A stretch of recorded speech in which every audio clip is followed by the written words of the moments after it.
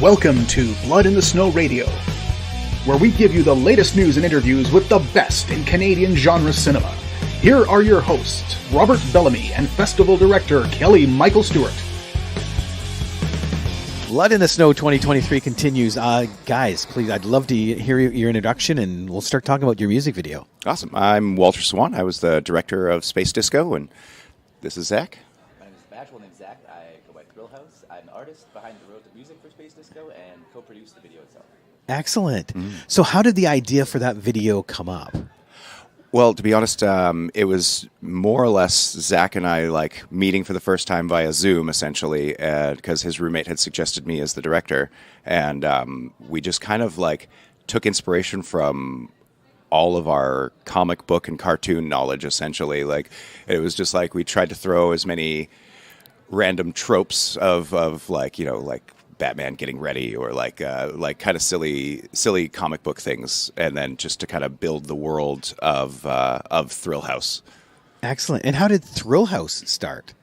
I went to music school in Vancouver about 7 years ago called Nimbus, which is now, it went under, unfortunately, but I found The Mask in Amsterdam about 10 years ago, and then I didn't buy it. I went back the next year in the same mask shop. It was still there, and so I was like, all right, that's telling you something. Yeah. Telling you nobody wants that mask. Yeah. But when you saw The Mask, is that what kind of gave you the persona? Yeah, I would say so. Honestly, as soon as I bought it, I shipped it home, and then when I got back home, I was kind of brainstormed to myself, what should I do with this? I love comic books, I love movies, I love horror movies, I love action movies, all the sci-fi stuff. How can I make this into a tangible thing? Excellent. So now you guys get together and start talking about the video. How did the planning go? Kind of just like I said, we met on Zoom. I sat there with my pen and my paper and just picked his brain for as much information as he wanted to put out. And then I was like, oh, that kind of reminds me of this. Oh, have you ever seen this? This would be totally the vibe I'm getting from what you're saying. And then it was just riffing back and forth, and just kind of, I've seen so many movies and that's. I'm the movie and television guy, you know what I mean? I even You're work that guy. I even work in film and television as well. So it's yeah, exactly. I have a wealth of useless information in my head and basically photographic memory. So that helps. Oh, excellent. So now you're actually, the band is Thrillhouse, correct? Yeah. Yes. I'm a solo artist, yeah. Oh, so you're like a Trent Reznor. Kind of, yeah. Gotcha. Okay. Oh, is that mic on? There we go. It's okay. You're going to get picked up around, but we'll keep going. Okay, fantastic. Yes. So how did you get into music that way then? Because being a solo artist, like Prince and Trent Reznor and stuff, they play every instrument known to man. Yeah. Is that... I do dabble in a lot of instruments. Guitar is my main one, as well. I play a little bit of piano and just messing around with synthesizers and stuff like that. But actually, it's mainly just house music. And so I've been kind of just grab inspiration from metal, punk rock, and try to combine it into this dark house music genre that I like to call thrill house, thrilling house music. Oh, okay. That's a good name. Thank you. Yes. So now, when you guys get together to actually shoot the video, what was involved? Because I know there's a lot of effects in this particular video. Yes. Yeah, so a lot of it was seat of the pants technology, essentially. We had one day where we were filming at a main venue where the rave scene is. We had friends come in as background, everything like that. And luckily for us, there was a huge windstorm the day before, and there was zero power in the entire building. Yeah. No power whatsoever. Nothing. So we no scrambled to call in every favor we could. We had people bring in massive battery packs, and we rented a generator, and then that powered one thing. The generator powered one thing. The other things powered the projectors and the par cans behind and everything. And luckily the lights that I rented were all battery powered. And so we lucked out. It was pretty rough though. Yeah. It was okay. Yep. All right. Let's just keep going then.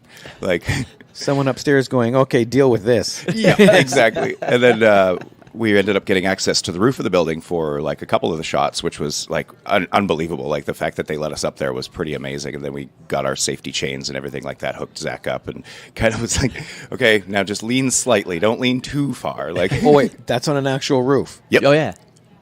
And you had no problem. Said, "Hook me up." Basically, yeah. I was low key. I was very terrified, but because like there was like less than a foot between me and the edge. The edge was just like a few inches tall and of a barrier, and like 60 feet up. Yeah. yeah. Oh, I was gonna say, how tall was this? Oh, yeah. Wow. Okay.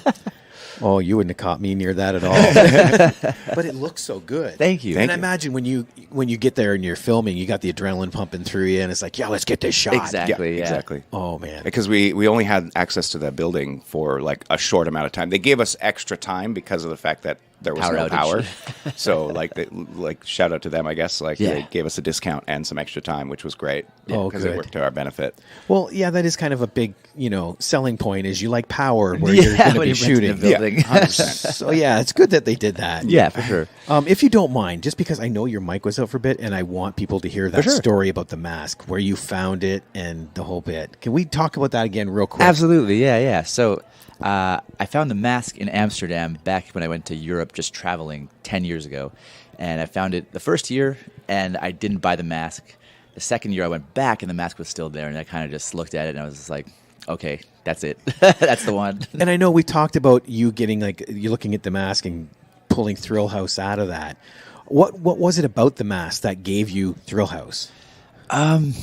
That's a great question. I think it's just that it's quite scary looking, and I love horror and comic book stuff. So I just figured maybe I could mesh these all together into something, and that's how it was born.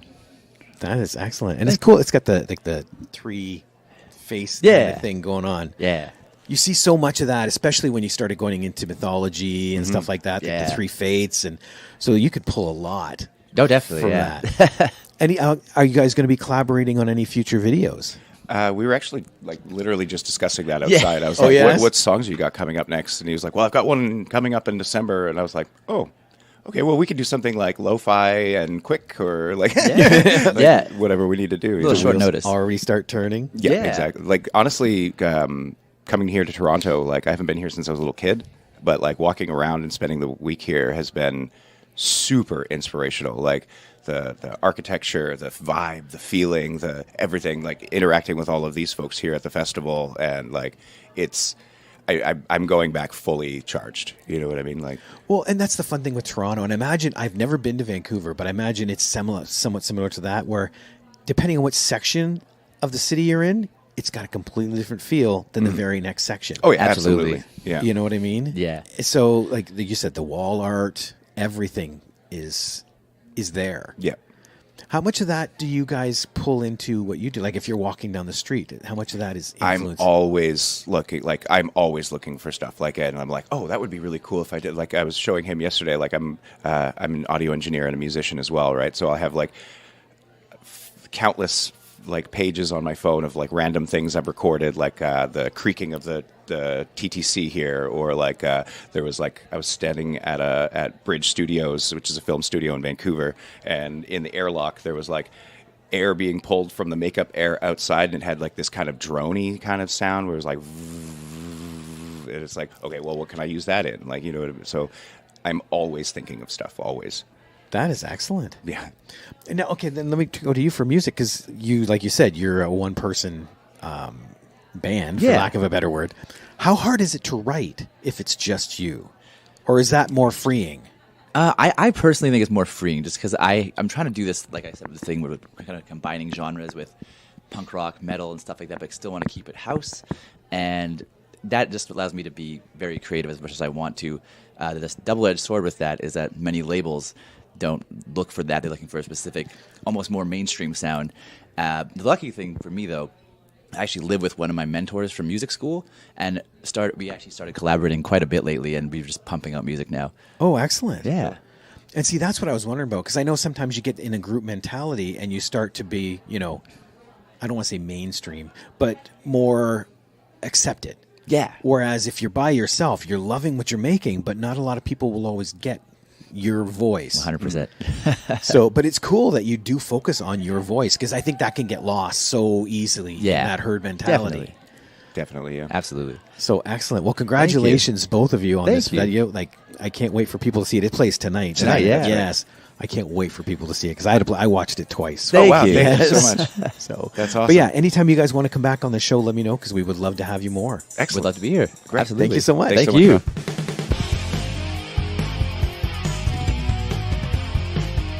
Join us next time for Blood in the Snow Radio. Bits Radio is a production of Three Evil Cats Productions in association with the Blood in the Snow Canadian Film Festival.